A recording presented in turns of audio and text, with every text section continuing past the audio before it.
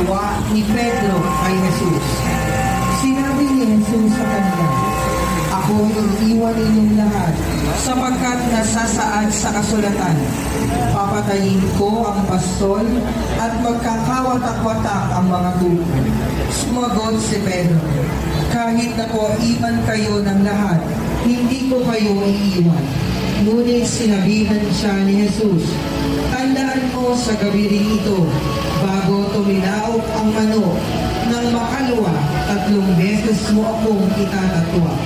Pero nagmatigas pa rin si Pedro at sinabi, "Kahit ako'y patayin kasama ninyo, hindi ko kayo itatatwa." Ang imaheng ito ay nasa pangangalaga ni Sidney Gabriel Villalarba. Jesus na itinatwa